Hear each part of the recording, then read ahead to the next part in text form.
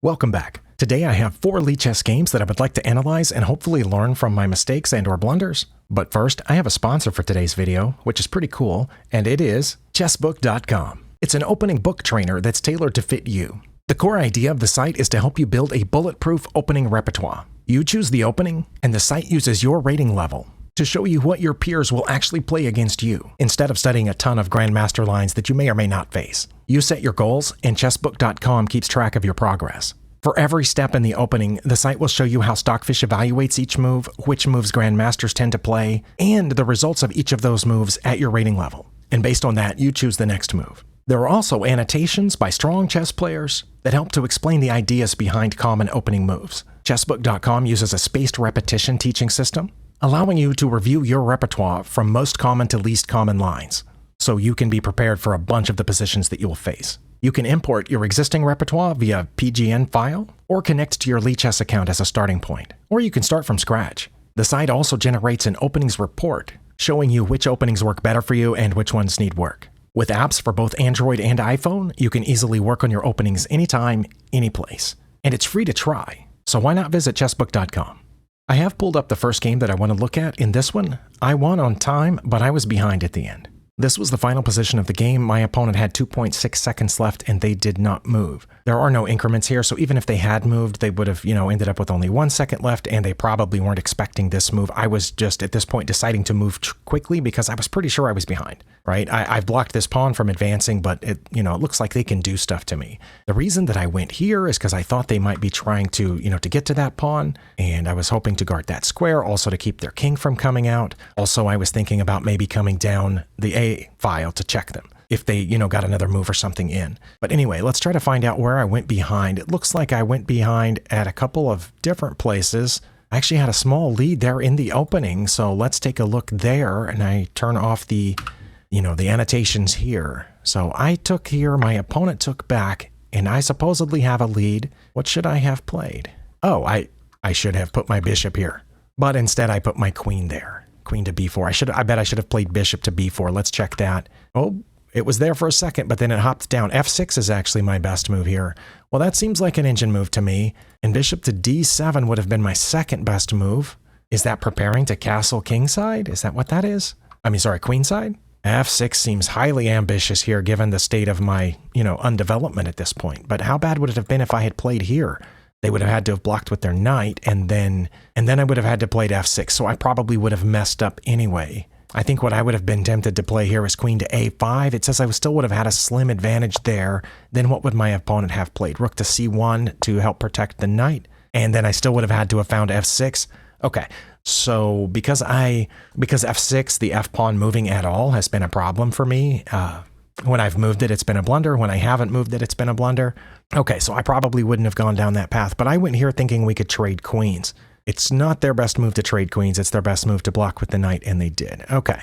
Well, then over here, after 23 moves, we were still relatively even. I had a very slight advantage again, and I think I just saw the error. I think it said bishop to b7, but I'm going to turn this off. Is that what I played? No, I played bishop to b5, which is here. But I should have dropped it back one, probably, because I hovered over the thing and I saw the blue arrow out of the corner of my eye. Okay, I'm not sure what the problem with that is, or what the great idea of the great idea of this, I guess, is that it helps defend that pawn. Well, it gets it out of danger. That was the problem. The bishop's in danger here. Yeah, it said bishop to b7. I think as I was moving my mouse pointer, I saw that pop up. Okay, so I should have played that. That's the only move that keeps my very slight advantage. Coming back to the home square would have been not bad. Bishop to b5 was my third best move, and it didn't give them a huge advantage, but then I did something on the next turn. After they popped this knight back, attacking my bishop again, what did I play? I played a6 to defend it, but I should have not done that. Oh, should I have brought the rook over? Or played f6? I don't know. What does it say? Bishop to c6. Oh, I should have brought it back here because it would have been better to trade here.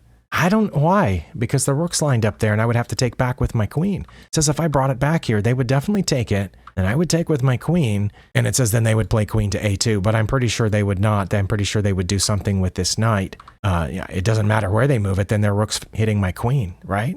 Yeah, that would have been really hard for me to find, or rook a to c8. But if I had played that, it says they wouldn't take the bishop. Rook a to c8, they would have played queen to g2, which helps target this pawn, which they have pieces pointed at. Lots of pieces. I don't know if my opponent would have found that, but I guess I understand it because I only have the one defender on it. Oh, and this would help defend that. Maybe that's what I needed to see here, is that they weren't only targeting the bishop, that they were targeting the pawn. Because when I move this pawn up to defend this, their best move by far is to take the pawn. And they did take the pawn, but they took it with the other knight. And for some reason, that's counted as inaccurate.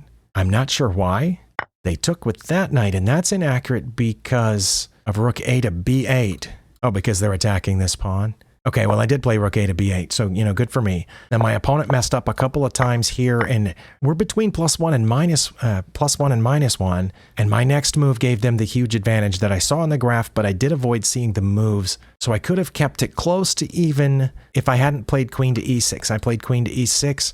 Okay, well, I see why that's bad, I think, because they can pawn fork me with d5, right? That would be attacking my bishop and my queen. Oh, but then I could take if I took the pawn, they would get my bishop. Yeah, that's the problem with queen to e6. So should I have played queen to d6? Because that pawn's going to be an irritant here in a little bit.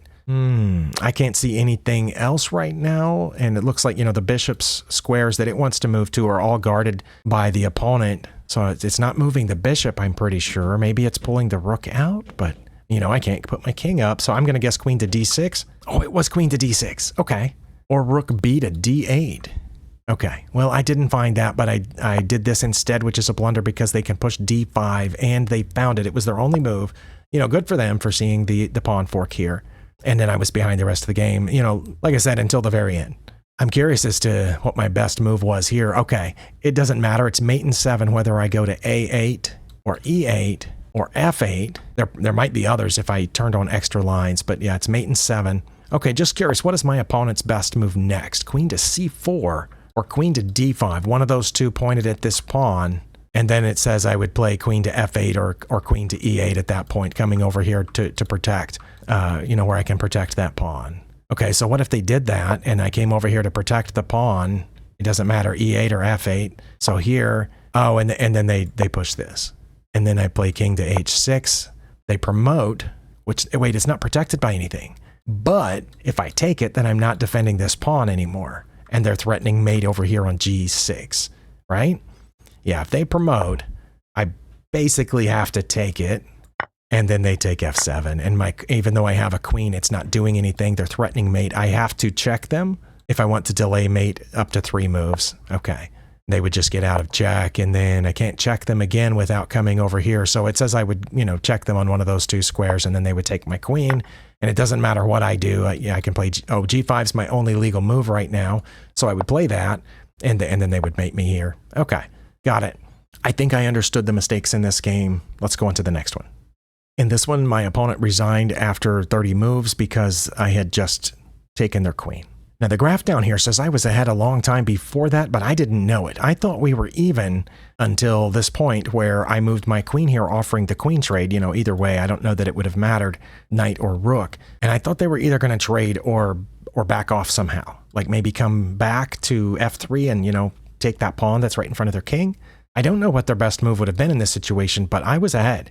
Now, I am up a piece, but I didn't know if that made me ahead or not. Now, I did have an extra pawn. I don't even remember where that pawn came from. Was it the e pawn, the d pawn? I don't know, but it somehow got way over there to the g file, and it's right in front of their king. But yeah, here I was not sure that I was ahead until they moved that rook, and I took their queen. And that put me a lot further ahead.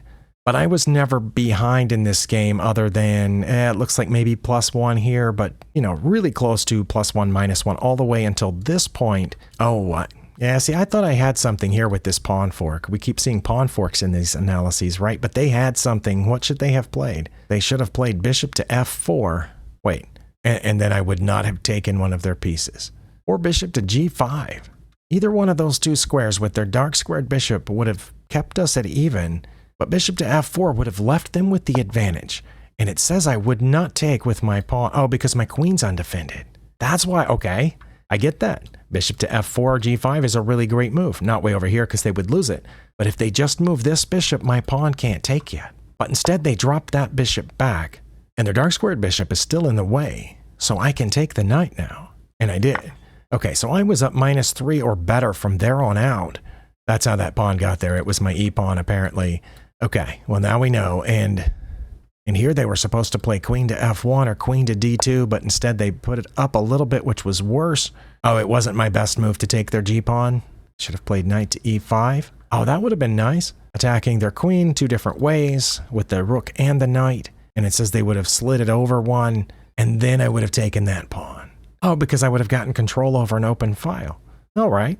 Allow me to rephrase what I said earlier when I said I didn't know that I was ahead. Here I thought that I went ahead when I got that piece for the pawn. The problem was that I didn't see a way through, and so by the time we got to that end position, I wasn't sure anymore if I was ahead, even though here I'm up 4 points of material. And according to Stockfish, up about -4. So I didn't know how I was going to win it. I thought that I was ahead. Going through the moves of the game helped to refresh my memory, and I do remember thinking that I might have been ahead. I just didn't know what to do, and I knew that I had to keep this knight here to, to protect that pawn because they've lined up a battery coming down there. And they put it here, and the engine thinks a5 is my best move, but I thought my best move was to bring the bishop back. They're not really attacking it because it's defended, but I thought if I went here, I'd be okay. And it looks like that wasn't horrible, so they have to run away with their queen, and they did. And here I thought they were going to pick up that pawn, but then I took that bishop and they took back, and then they didn't take that pawn. So I pushed at the queen again, and it moved over, and that's when I dropped back.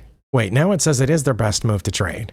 I could have sworn when I first showed that position that it didn't say that, but now it says that's by far their best move.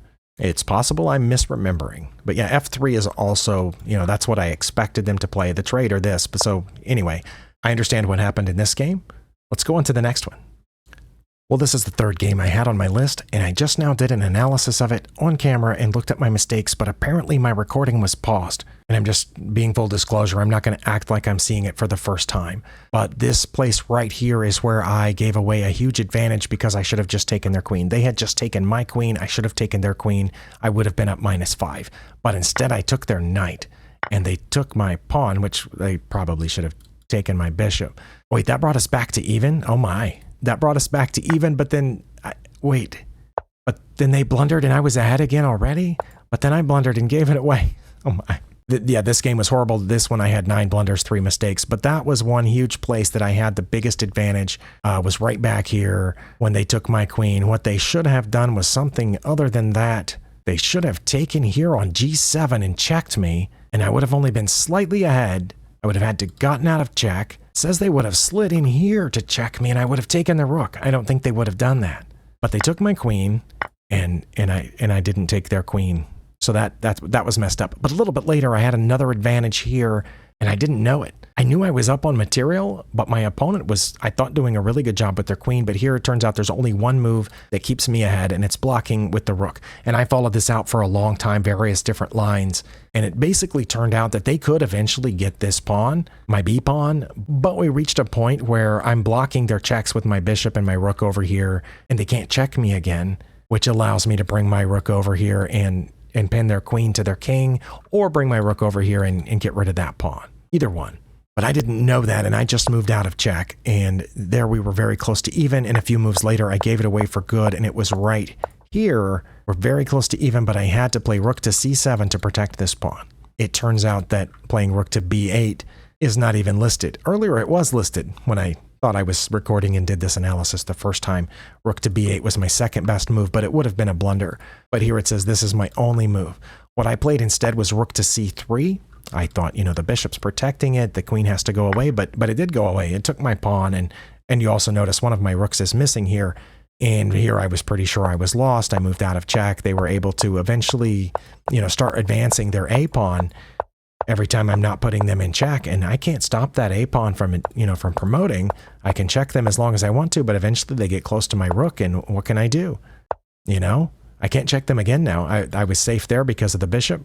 And that's a pretty cool thing. If you're new to chess, the bishop is pinned here because I can't move it, but it still by rule disallows their king from taking my rook. It counts as protected. And I think that's because if they could take, I would get their king before they would get my king. But anyway, yeah, so we ended up doing this, and they were able to promote their other pawn, and they won that one. And I had one more game that I also recorded an analysis for, but my video was paused. It's not paused now, I just checked. In this fourth game here, I was ahead after 15 moves, but I didn't know it. And I tried some weird tactic where I jumped my knight in here thinking I was attacking their rook, and if they took, I would take with the pawn, and my pawn would be protected by this bishop, but I didn't count all the defenders on that square. And what I had to do here was play f4, or rook to c1. I probably wouldn't have found rook to c1, although it makes sense, but I've gotten gun-shy with my rooks recently because so many times when I move them, it's bad, and if I don't move them, it's bad, so I never know what to do with my rooks. Or if I move them, I move the wrong one, or I move it to the wrong square. But I think I could have found f4, but also my f-pawns have been a source of contention for me lately. The cool thing about this is it says if I play the f-pawn, they won't move that knight. I don't know if you can see the lines on the tiny screen that you're watching this on, but if I play the f-pawn, it says they're going to leave the knight there and play b5. I don't think that they would, but what happens here if they move the knight? Where can they move it? They can put it back there. That's safe, right? But it says that they wouldn't. If they put it back there, the really cool thing is I'm going to take this e-pawn. It took me a long time to figure this out earlier. And they're not going to take here. Why? Because my knight's pointed at that square and it would be forking almost all of their major pieces. So here their best move is to take this bishop. And it says I would take back. And now their best move is knight to c5. And then I'm going to play knight to d5. But anyway, way back here, I did not know that if I pushed this f-pawn, they would leave the knight there and let me take it. But you saw that I wouldn't take it because of other things that I would go in here. That's a pretty complex line for me. But instead, I jumped in here and we go back to even. A little bit later here, we're still close to even, and now I have to play knight to d5. That's the only move that keeps us even, and they won't take it because that pawn is effectively pinned. Now get their bishop for free, and apparently that would have worked out well for me. But it says if I put this here, they'll take with the knight, and then I'll take their knight with the pawn, and then they'll play queen to d7, and then I'll take their e-pawn, and they'll take back. Because now they can take back because I won't have a knight on d5, going in for the fork anymore. And we would be even. But instead, I brought this knight back. This was one of those cases where I wasn't sure what to do, and it says rook to c1 is still on the table, but it would have put me behind as well. So this put me behind, and I was behind for a long time. I was behind all the way to here. I just looked over to make sure it's recording again because that's really frustrating. But anyway, here they had to take back with the f-pawn to give their king a way to escape because they took back with their h-pawn, and I move over here and it's a forced checkmate. The only way they can delay mate as long as 3 moves is by throwing away pieces in checks here. But instead they just moved that over, which allowed me to have mate in the corner. So I am glad that my opponent messed up there on move 32, but they had to see that their king needed running room, because once they play this, it's over. If I find rook to h4, which I did, which was the idea of moving this in here, I don't know what I would have done if they had taken with the correct pawn. It says I would have played rook to c2 because it looks like they're aiming at my f-pawn, also to keep their rook from coming down. Maybe I would have found that. I had 7 minutes left, but anyway, yeah, they took with the wrong pawn, so I was able to pull this one off. I didn't get enough points for this to make up for the points I lost in the previous one, so I'm still under 1700 on Lichess in Rapid. And if you're unfamiliar with how the rating systems work, the reason that Lichess's ratings are higher than those on chess.com for the same player in the same time control is because Lichess uses the Glico 2 rating system, whereas chess.com uses the Glico 1 rating system, and they don't work the same way. Another difference is that in Lichess you start at 1500 and go up or down depending on whether you win or lose, whereas on chess.com you get to pick your rating at the beginning and then go up or down depending on whether you win or lose.